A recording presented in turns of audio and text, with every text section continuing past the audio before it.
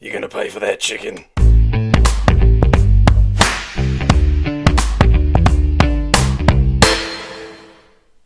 Howdy friends, it's Dan.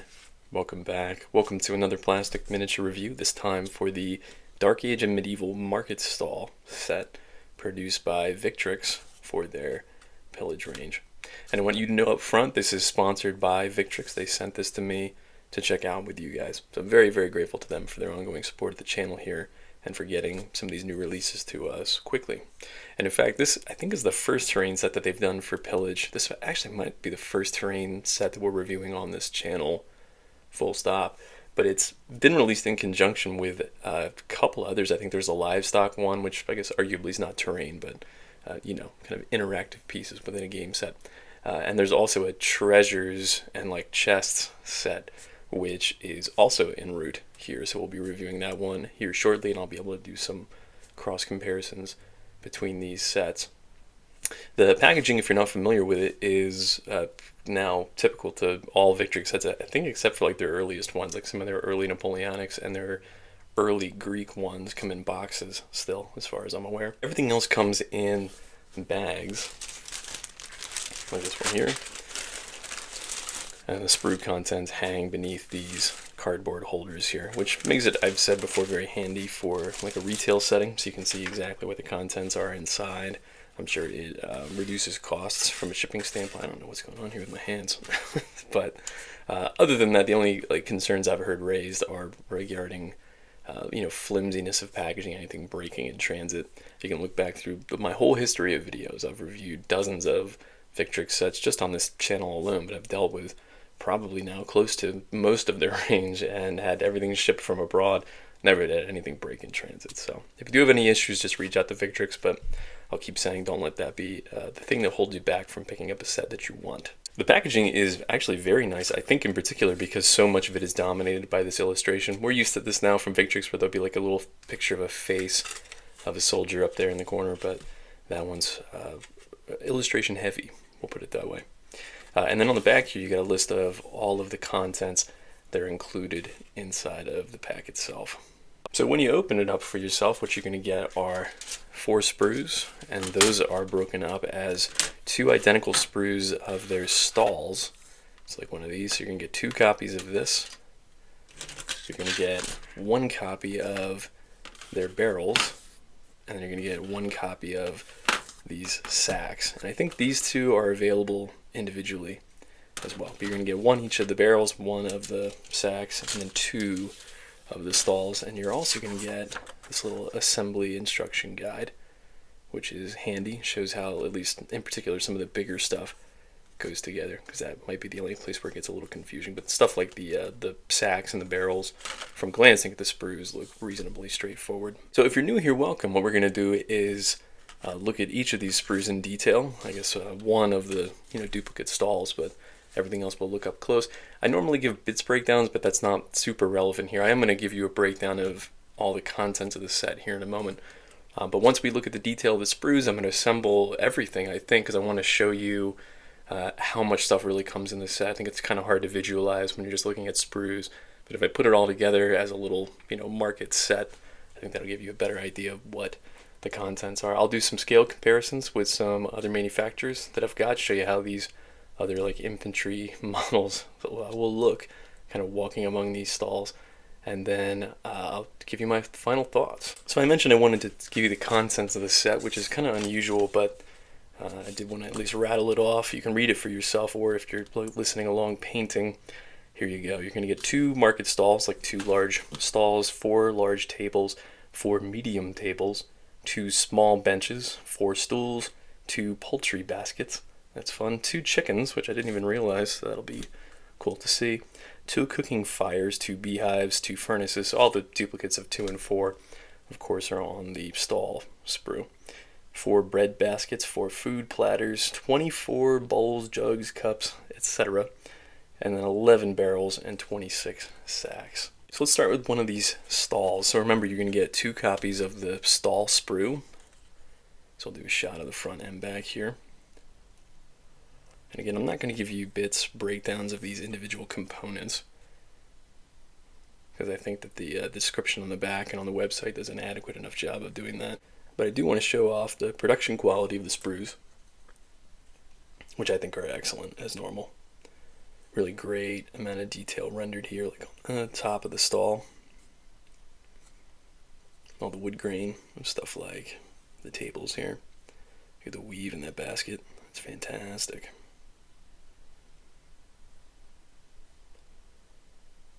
Let me flip this for you here. You can see certain things are kind of bundled together, like this little like cheese platter or something here. Again, I think this would be excellent for like D&D. Has like dungeon dressing, scattered terrain, but all it looks great. Very minimal mold lines. I have a better idea of that once I cut stuff off the sprue, but you can see the sides of these like beams here is where you would see mold lines. A little bit there at the end of the table, but it's really minimal in the scheme of things. It looks awesome. And some kind of furnace over here. Let me show you the other side.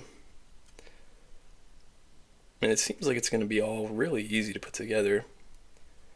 Like no more than like 4 pieces, even for the larger stuff. So it's not going to be as finicky as some larger terrain pieces or like model ships and stuff like that. So yeah, I think it all looks awesome. So again, 2 of those sprues, and then we also have one of these barrel sprues. So if I remember right, I think it said we can make 11 barrels from this. Seems like the, I guess, quintessential barrel design at this point, where you can see it's this 2-part system that I think we first saw in like the old Games Workshop Mordheim accessory set. But the detail on this is awesome. I know barrels aren't as exciting a concept as, you know, miniature soldiers, but still highly relevant and adds a lot of atmosphere to your tabletop. I'm even thinking, again, I mostly play mass battles games instead of skirmish games, but having like little clusters of these together as like difficult terrain patches would be really neat. A little like winery or something like that. Like there's a couple larger barrels here too. These look great. And then finally, we've got all these sacks. So let's do a shot of the front and back here. These are interesting because I thought they were one casting, and it looks like, yeah, they're 2-part for the most part, which is nice. Gives them a good amount of depth. But you can see here, some of them are hollow, some of them are actually just flat, which I think means you could either like lay them down flat or you can glue some of them together, because it seems there's a numbering system here that corresponds to the instructions here. The barrels aren't featured on these instruction sheets, which makes sense because I think all of them are just going to be 2-part, right? Before A, B, yeah. So those are real easy to put together. So again, I know it's not, as they sit on sprues, the most exciting of subject matter, but I think once we cut them off, put everything together, it's going to make for something pretty neat. So let me cut here. I'm going to do that. I'll see you in just a moment. Okay, so I had the day to kind of think about how I want to do this. So there's no conversions to show off, of course, but what I'm going to do is go through each of the unique larger pieces, and I'll tell you how many of those pieces you get within this set. Then I'm going to do an overhead shot to show off scale, showing everything, because I really want you to have a feel for the volume of plastic that you're getting in this set. And then I'll do a different scale comparison from the side. So bear with me, there's a bit of information I want to get through here, but I do want to show off some of these larger pieces. So here's the stall itself. There are 2 of these in the set. And this was super easy to put together. I would just recommend you put the top and the back together, and then you just glue the sides in. That's how I did it. So great detail. It's going to be a blast to paint up, I think. Here's the large bench. You get 4 of these. I guess they call it a table, maybe. 4 pieces to that. Here's the small bench. And again, it's the other one for scale. So you get 4 of this one as well. And then here's the footstool. 2 of these. Here's a little campfire bit, 2 of these.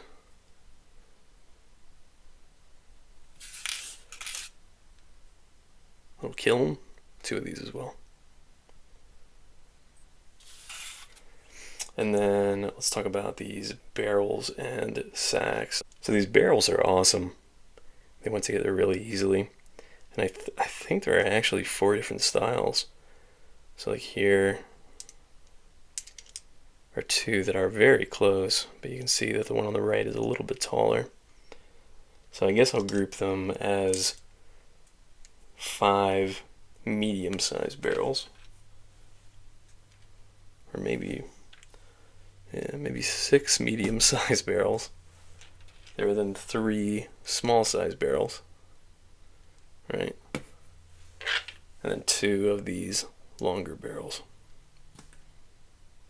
Yeah, so we'll go with that. 6 medium, 3 small, and then 2 large.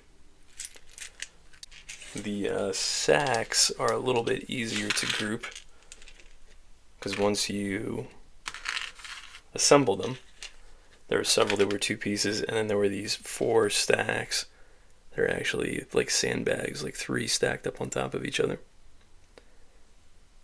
Right, so those are your groupings. So again, here's an example of each one. There's the stack, these little tiny ones, these flat ones, these thick flat ones, which are about twice the width of the first one I showed you, and these slightly larger sitting upright ones. And I'm not going to show you all the individual bits, but you can see here too, there's a whole assortment of like food table stuff, these tiny little chairs, like little footstools. Get 4 of those. Some baskets for chickens, which can go inside of the baskets if you want. I didn't do that because I couldn't think of how I would paint them, but there you go. You can make a whole dinner spread if you wanted to. So these all look great. I think I'll probably end up gluing mine down to my tables just for the sake of ease of even just transportation. Anyway, let me set up a little scene here so you can see everything together all at once. So here's everything all assembled. I've kind of put together a little market scene here for you. Don't know if it makes any sense, but I really, more than anything, just wanted you to see just how much plastic there is here, because it's really hard to kind of visualize that when it's sitting on a sprue. Even the painted shots that I saw on the Victrix website are beautifully done, but it's a different thing, I think, to see just everything off the sprue assembled and together so that you can then kind of visualize how you would use this. Because as I said at the beginning of the video, and I figured out from an editing standpoint how to overlay some pictures over myself talking. It's been 1.5 years I've been doing this, and I only just now figured out how to do this. So as I'm talking here, you'll start seeing some various pictures of this little scene I've set up, and I'm going to start bringing in some of those scale comparisons that I talked about.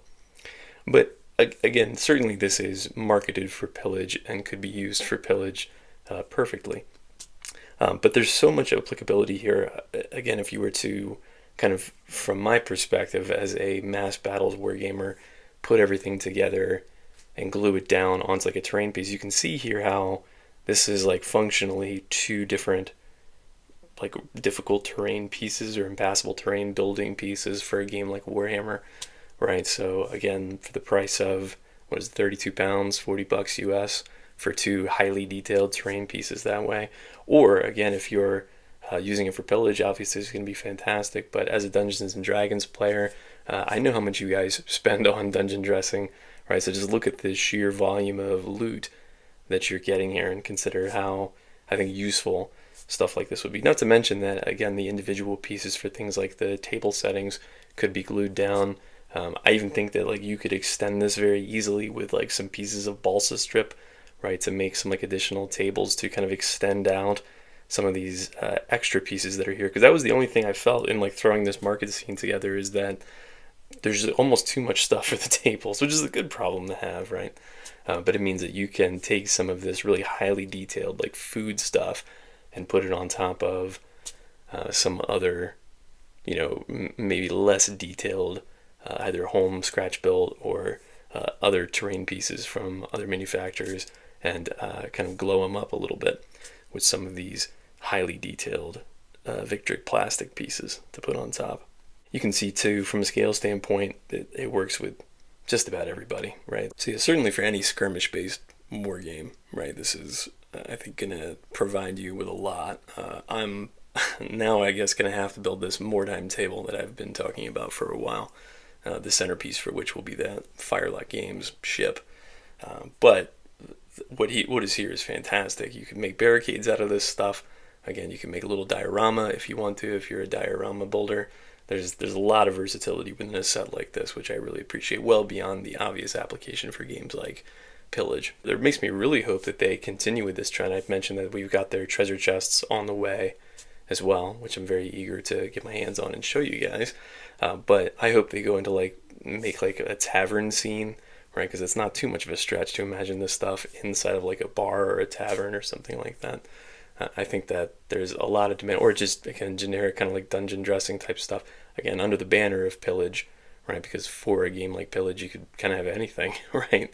But I think there is a lot of people well beyond just the Pillage community that are going to be interested in multi-part plastic terrain sets like this that aren't just buildings, right? Because that's what we're used to seeing from terrain sets, or like let's construct a building, and that's cool. But I think what often gets overlooked is all the accessories, all this like extra stuff that you might want to have represented within your war game.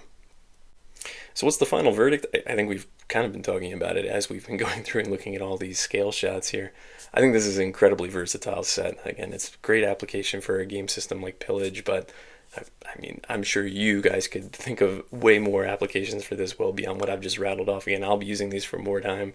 I'm sure if you're a D&D player, you're going to be salivating over some of these bits here for some of the games that you play. Again, if you're a mass battles player, even, I think that you could make a lovely little couple of market scenes for game systems like Warhammer. Have that just, as just like a building you would put down. You have a market scene instead, and I think that has a lot more visual interest than just another, watchtower or whatever it is that we're used to playing in those kinds of game systems. But really, any kind of skirmish-based game system. Not to mention just having a nice diorama. If you're a diorama builder, there's an incredible amount of detail on these little pieces here, and it's one that you shouldn't overlook if you're in that space. So once again, massive thanks to Victrix for sending this our way to check out. This is a very intriguing new range for them to be getting into. Again, I'm very excited to see these treasure chests, and by extension then, I'm excited to see what else they put out within this kind of terrain space. So I'll be staying tuned for that, and I hope you will too. Appreciate you for dropping by for this one in the meantime, and until next time, happy gaming.